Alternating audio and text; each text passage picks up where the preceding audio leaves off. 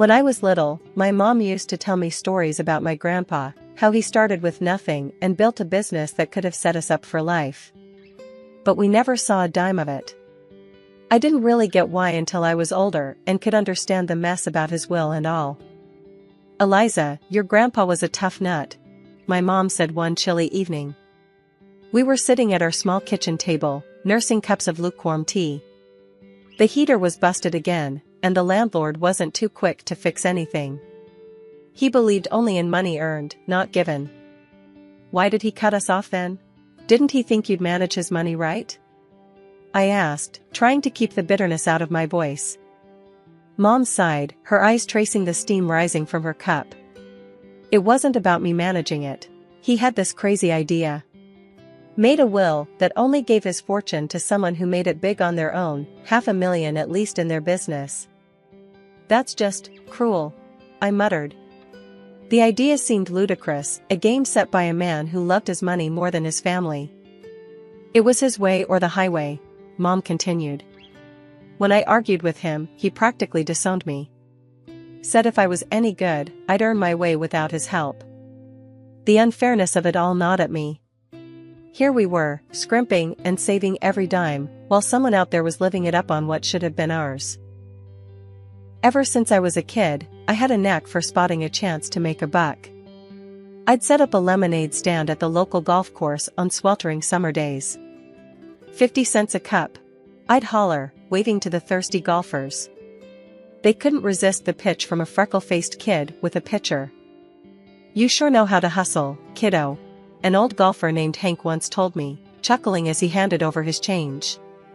"Keep that up, and you'll be a tycoon one day." I grinned, pocketing the coins.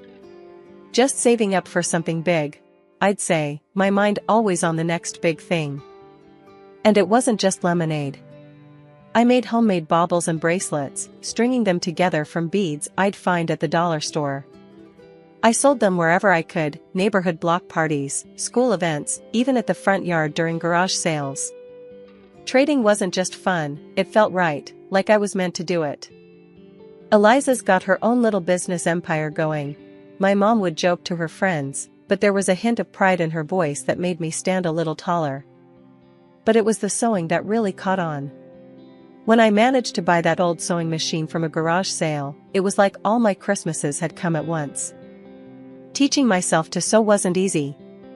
The machine was temperamental, and the tutorials online weren't always clear, especially when the internet connection flickered in and out. But I stuck with it. Soon, I was turning drab thrift store finds into trendy outfits. "Eliza, is that the same shirt you wore last week?"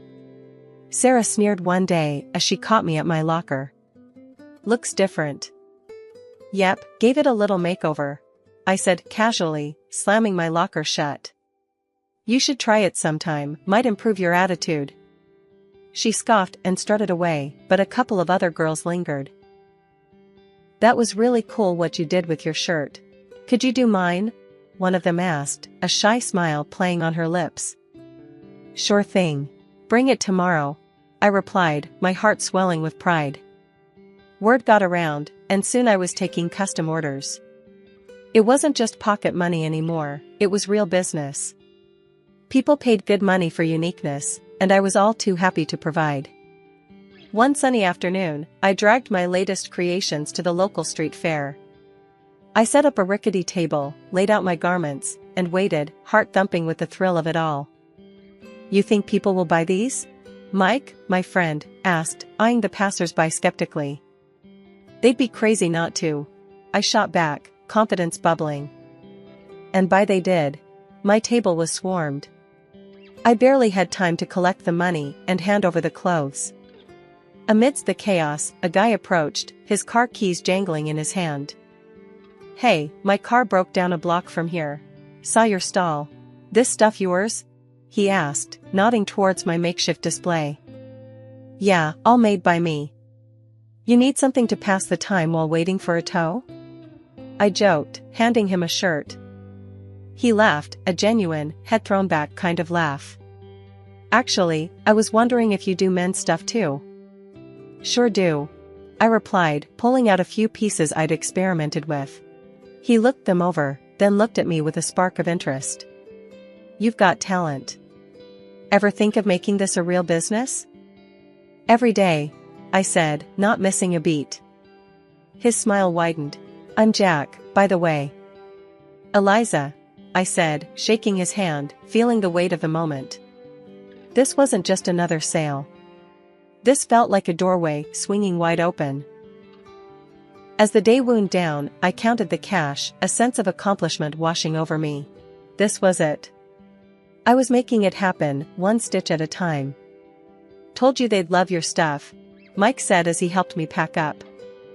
Yes, you were right, I admitted, unable to keep the grin off my face. Looks like I might just make that $500,000 mark after all.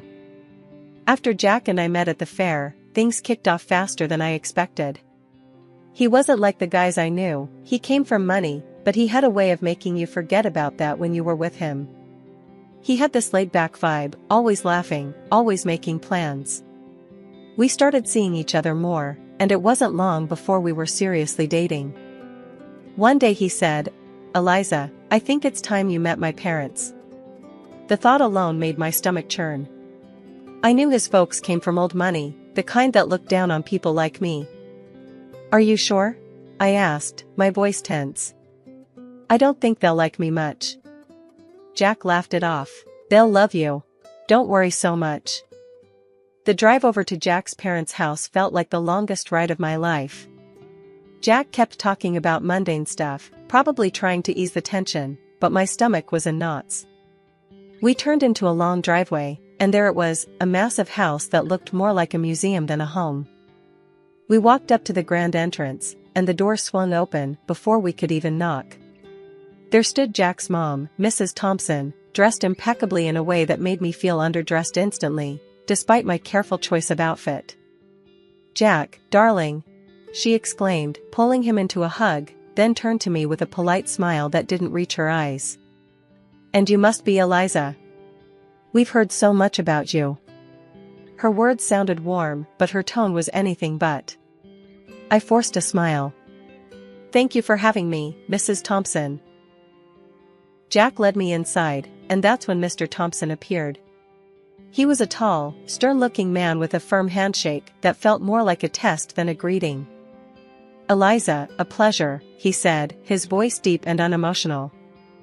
We moved into the living room, which was as grand and cold as the rest of the house. Everything felt stiff and formal. We made small talk, or at least, they did.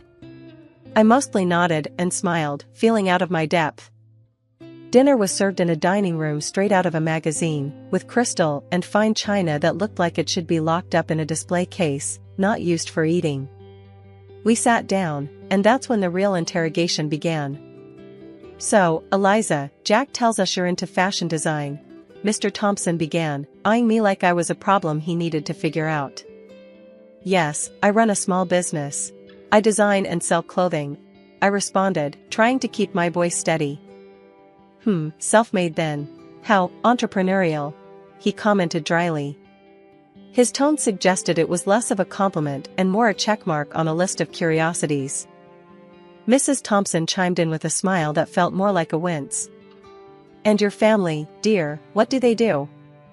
Well, it's just me and my mom. She's a nurse, I said, feeling the weight of each word.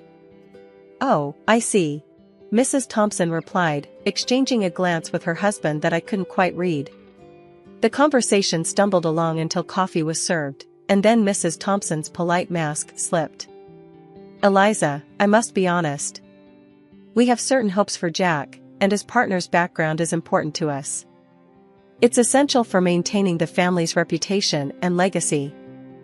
Finally, she put her fork down and said flatly, well, it's clear you've done quite a bit despite your background. But I don't think you're suitable for our son, I'm afraid. Her words hit like a slap. I sat there, stunned, as she got up from the table. I won't waste more time here, she declared and left the room without another word. Jack was quick to comfort me, his face flushed with embarrassment. Eliza, please, don't take it to heart. She said in her ways. It was tough to swallow. The evening had turned into a stark display of where I stood with his family. Despite Jack's reassurances, the shadow of that dinner lingered, casting a long, cold shadow over what should have been a happy milestone. The engagement happened despite the frosty atmosphere at dinner that night at Jack's parents' house. His folks made it clear they weren't thrilled, but Jack went ahead with the proposal. We were officially engaged, and while I was over the moon about us, the chill from his parents was something I couldn't shake off. A few weeks after our engagement, I got a call from Mrs. Thompson, Jack's mom. Her voice was formal, icy. "Eliza, I'd like you to come over.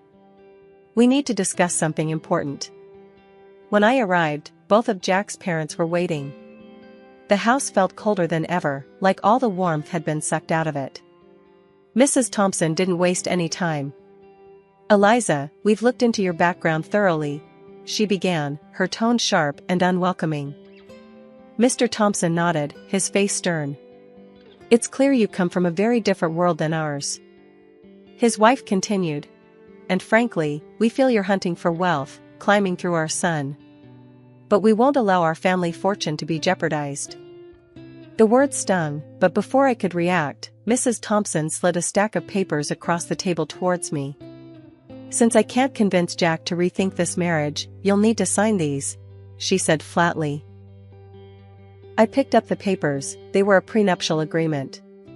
As I read through, it was clear, I wouldn't lay claim to any of Jack's wealth, and neither would any children we might have. Without hesitating, I signed them. "I'm not marrying Jack for his money," I said, handing the signed papers back to her. Mrs. Thompson looked taken aback, her eyes wide. Even Mr. Thompson raised an eyebrow, surprised by my quick compliance. I left their house feeling a mix of relief and resentment. At home, I told Jack everything. He laughed it off. "Wow, you really showed them. Good for you." But his laughter didn't sit right with me. "Aren't you bothered that your mom thinks so lowly of me? She humiliated me, Jack." He shrugged, still smiling. "I get why you're upset, but you know how mom is. She has her reasons, and well, she's not completely wrong to worry, right?" His words felt like a slap. Not only had his mother insulted me, but now Jack was subtly defending her. It hurt, realizing that maybe he wasn't entirely in my corner. A year after our engagement, as the wedding drew closer, my life was a whirlwind of excitement and stress. My business, a sportswear brand I had started from scratch, was finally taking off. It was thrilling to see my designs being worn and loved. I had built a small capital, enough to expand and take on bigger challenges. As for the wedding, I wanted something simple, intimate. But Jack had other ideas. He dreamed of a lavish celebration.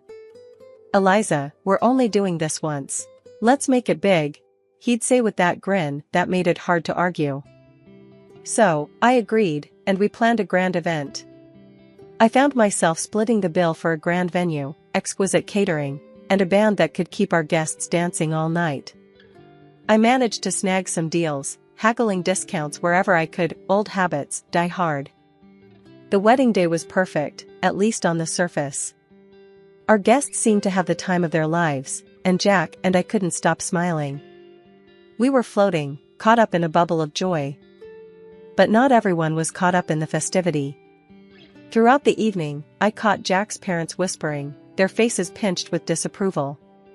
His mother, ever the social butterfly, floated around the room, dropping hints about her worries that I was after their family wealth.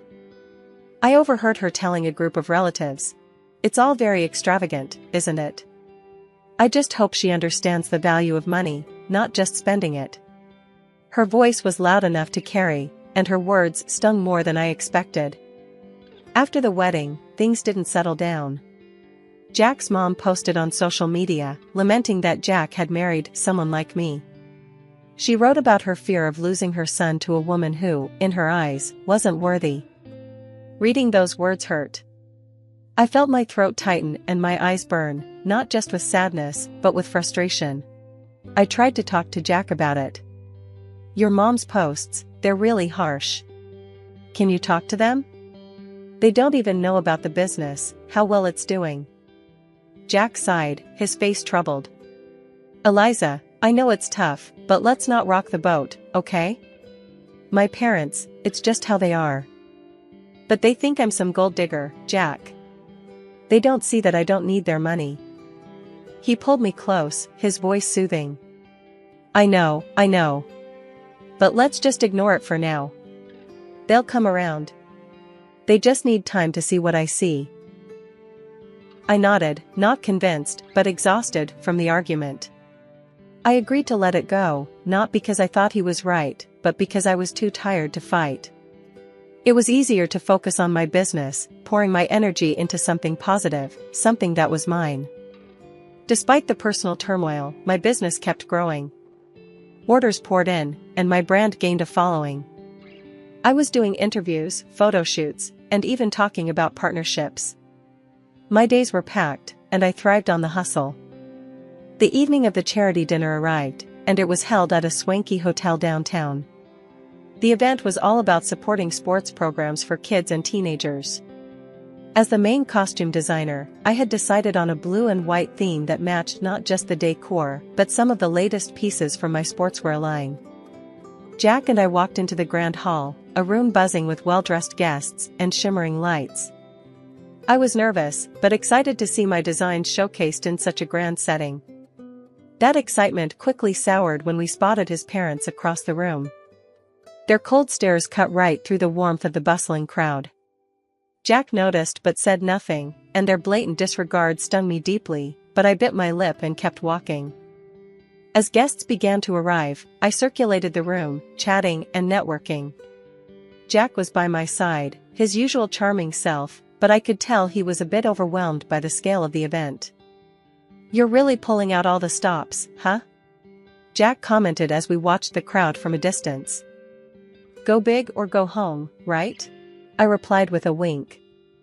Eliza, you've outdone yourself, a familiar voice said from behind me. Turning around, I saw a local sports celebrity who'd worn my designs before. These uniforms are fantastic. Thanks so much. Enjoy the evening, I smiled, handing them a business card. Let's catch up soon.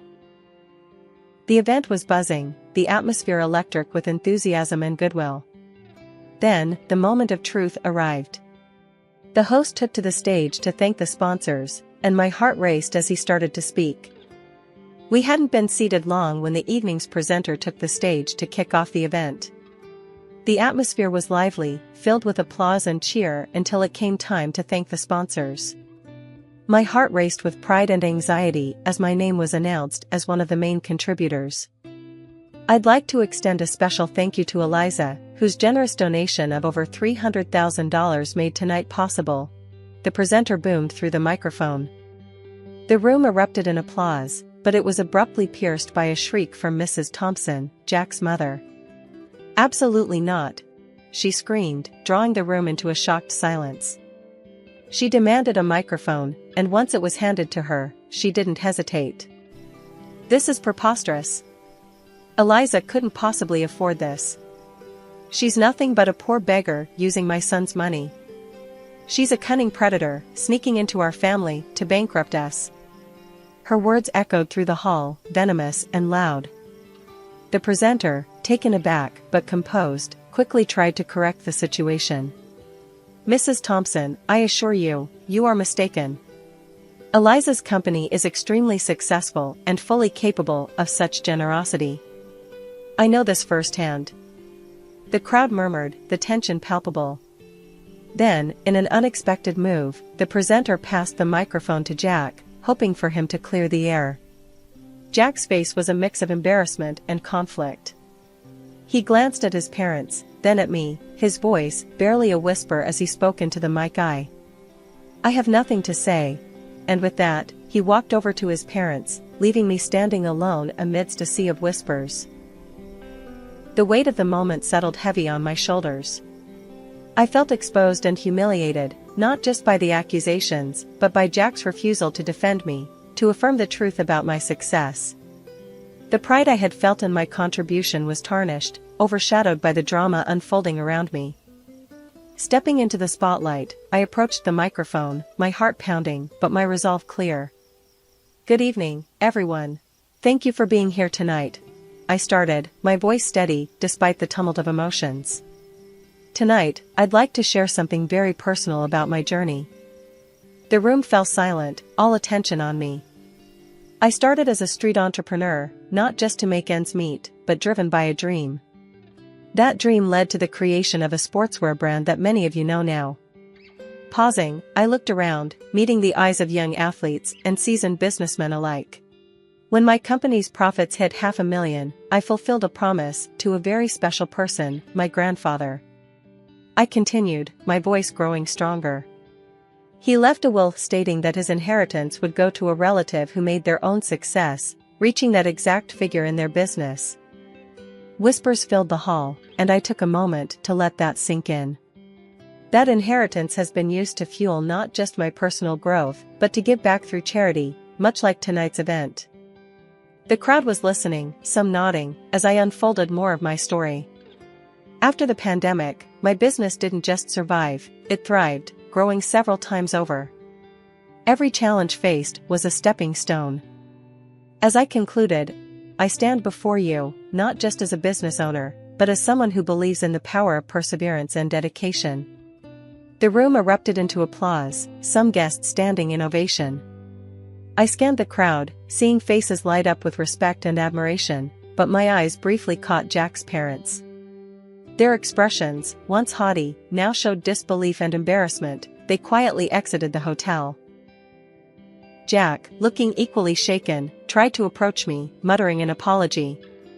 Eliza, I just shook my head and walked past him, my emotions a mix of triumph and heartache. I needed space, not just from the evening's drama, but from everything. I decided to stay at the hotel that night, alone with my thoughts. Later, as I sat in the quiet of my hotel room, my phone rang. It was Mom. Her voice was thick with emotion. Honey, I saw everything. I just want you to know how proud I am. To see you stand up there, telling your story, reclaiming your truth, you're everything I hoped you'd be. After spending a night at the hotel, to clear my head, I returned home.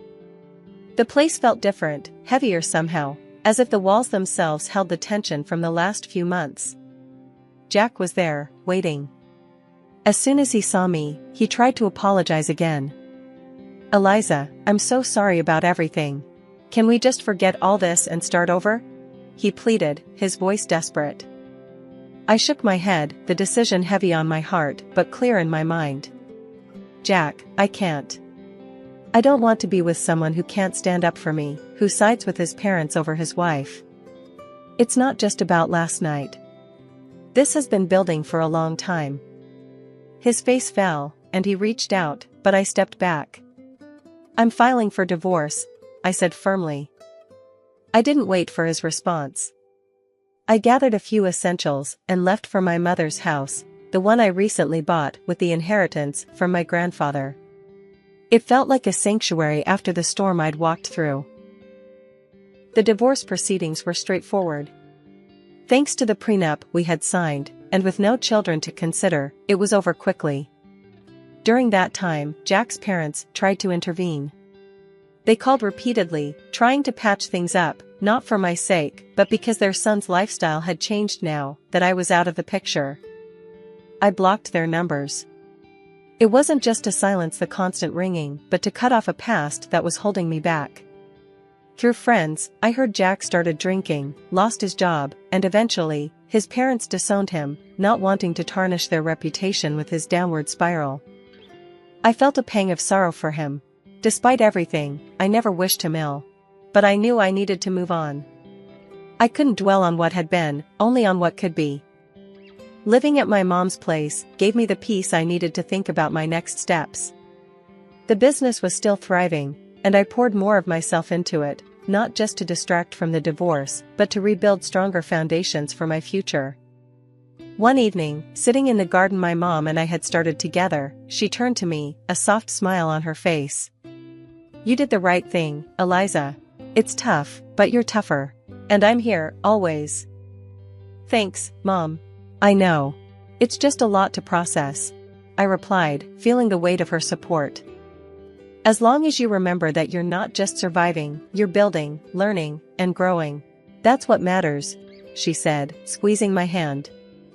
She was right. The end of my marriage wasn't just an ending. It was a gateway to a new chapter. One where I could make decisions without second-guessing if someone had my back. One where I could stand on my own, not just as a successful businesswoman, but as a person reshaped by her experiences.